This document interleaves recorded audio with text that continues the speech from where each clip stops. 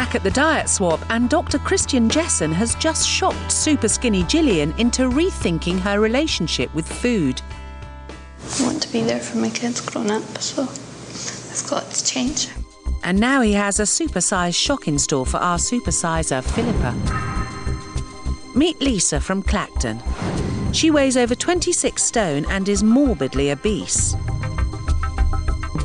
Your waist circumference is 1 inch more than your height. Dominated by chronic illnesses, she lives on a cocktail of drugs. Where is the pain? Is it in your back? It's in my back, it goes down my leg. Yeah. And I can't even lift my leg up off the floor. She also suffers from high blood pressure, deep vein thrombosis, sciatica, a hernia, asthma and back pain. Lisa is dependent on the support of her family and a carer every day. I do rely on people, and that's what you have to do, pay people to do things for you. And her weight is so dangerously high that time is running out. My leg giving way, I could be standing up. Or if I'm sitting in one position too long, it go numb and I can't get up and I end up falling on the floor. Her eating habits are killing her. And she only has one option left. She needs to undergo extreme and complicated surgery to shrink her stomach by 85% or face the possibility of a premature death. For somebody in your position at the moment, surgery should be thought of really as a life-saving procedure. Over the next 6 weeks, we're following Lisa as she prepares for and undergoes gastric surgery.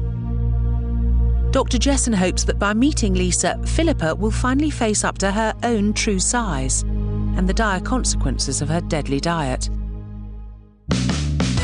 Today is Lisa's birthday, and Philippa will be joining her and the family in what will be her last supper before her dramatic stomach operation.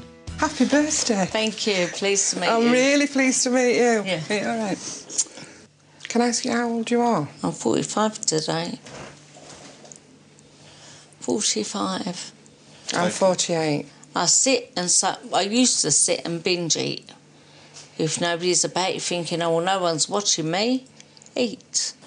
Yeah. I love my food. I'm a chef. Every type of food I like. That's how I am. You can do very little for yourself, can't you, Lisa? You rely on other people. I have to, you know, rely on people. Because walking is not good, and all of these problems. And it's to do with my weight is my back and sciatica I suffer with. I think I've got to take on board that this is a very strong message, that I've already got backache when I stand or if I try and walk any distance. My knees hurt if I've been sat in a car. And this is the last wake-up call, really. But the surgeon's knife is no quick-fix solution, and Lisa's diet will never be the same again. After this operation, you will never, ever be able to eat the same way as you do at the moment. An average meal will not be more than, say, half a cupful. Extreme weight loss surgery can also cause severe constipation, and Lisa will never be able to drink liquids with her meals again. But it's her last resort. The sort of scary thing in a way is this is sort of her last proper food, and after the operation, she won't be able to do that again. And I know that's something that's going to be a real shocker to you, because you don't want to be in that situation, do you? No. So, again, listen to that and take note. Today isn't just a birthday celebration, it's also the last sizable supper Lisa will ever eat, and a chance for her to say farewell to a few of her favourite foods. My last supper. Can I have the lamb shank, please? And what does it come with? It's root vegetables on a bit of mash. Okay. Let's have a portion. I have a portion of chips. And chips, Yeah. Whilst the others tuck into their tucker, the true enormity of the situation dawns on Philippa, and she takes her diet pop lunch outside. It's now making me feel like I never want to eat again in my life. Up until now, what Philippa has seen in the mirror is not her real body image, but meeting Lisa has finally made her aware of her true size.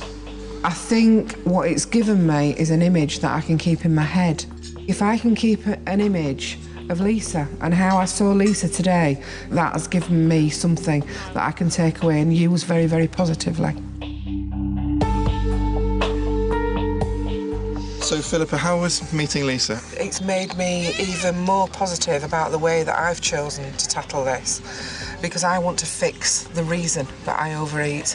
I don't want a surgical fix that takes the responsibility away from me. I want the responsibility to be mine. It's dinner time back at the feeding clinic, and after 4 days surviving on fizzy drinks, Philippa finally gets a good square meal of pasta, and she couldn't be happier. Are you a bit more excited about Yes, your I dinner am. tonight? This looks absolutely lovely, and it smells lovely as well. And I'm delighted that I'm actually having something to eat rather than drink. Is it okay? It's lovely, thanks. That was lovely. That was really nice, thank you. And I feel quite full. I think changing the size of my portions will be easier from now because I've had so little to eat for this week, my stomach shrunk.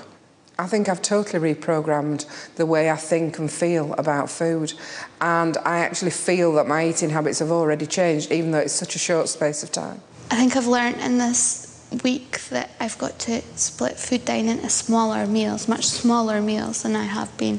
I maybe have 5 small meals a day. It's about small steps again, and I think that's what's going to work for me. Gillian puts this into practice with a midnight snack. I'm quite full now, but I'm going to eat it. And I'll eat it because I'm determined. I will make myself bigger. And I will savour every mouthful of these. Why would you eat 1.5? You see, why would you break one in half? No, I wouldn't break one in half. It's just I was full up by the time. You would stop at a half. You see, I could never leave half a biscuit. Philippa and Gillian are at the end of their diet swap therapy. Now it's time for Dr. Jesson to give them a 12-week healthy eating plan. And what then are the main things that you have learnt about yourself this week? Since I've actually confronted my emotional overlay with food, then I actually feel much more in control of it. And yet the control bit was the bit that was the problem. You know now how to deal with it. Yeah. You know the difference between a physical hunger Yes. and an emotional neediness. Yeah? Yeah. Gillian, what about you then? What are the things you've learnt? I think I've learnt that I can try new things. I might not necessarily like them, but I can incorporate them into other foods that I will eat, and that I feel better physically and emotionally for eating just that little bit more calories. Wow, is this the same person speaking from the beginning of the week? I don't believe it. Yeah, absolutely, good for you. Right, so let's give you your diet plans. Philippa, that's everything you need to know. Gillian, that's for you. Listen, best of luck. And I'm going to see you again healthier, happier, wiser, brighter, slimmer, fatter. See you guys. Thank you very much.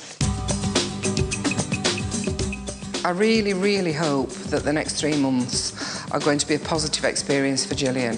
And I'm very, very hopeful that when I meet her again, there are some visible changes. Later. Bye. I definitely feel that I've gone on a journey the last 5 days to just realise just how disordered my eating habits are and how much better you can feel just by eating a little bit more.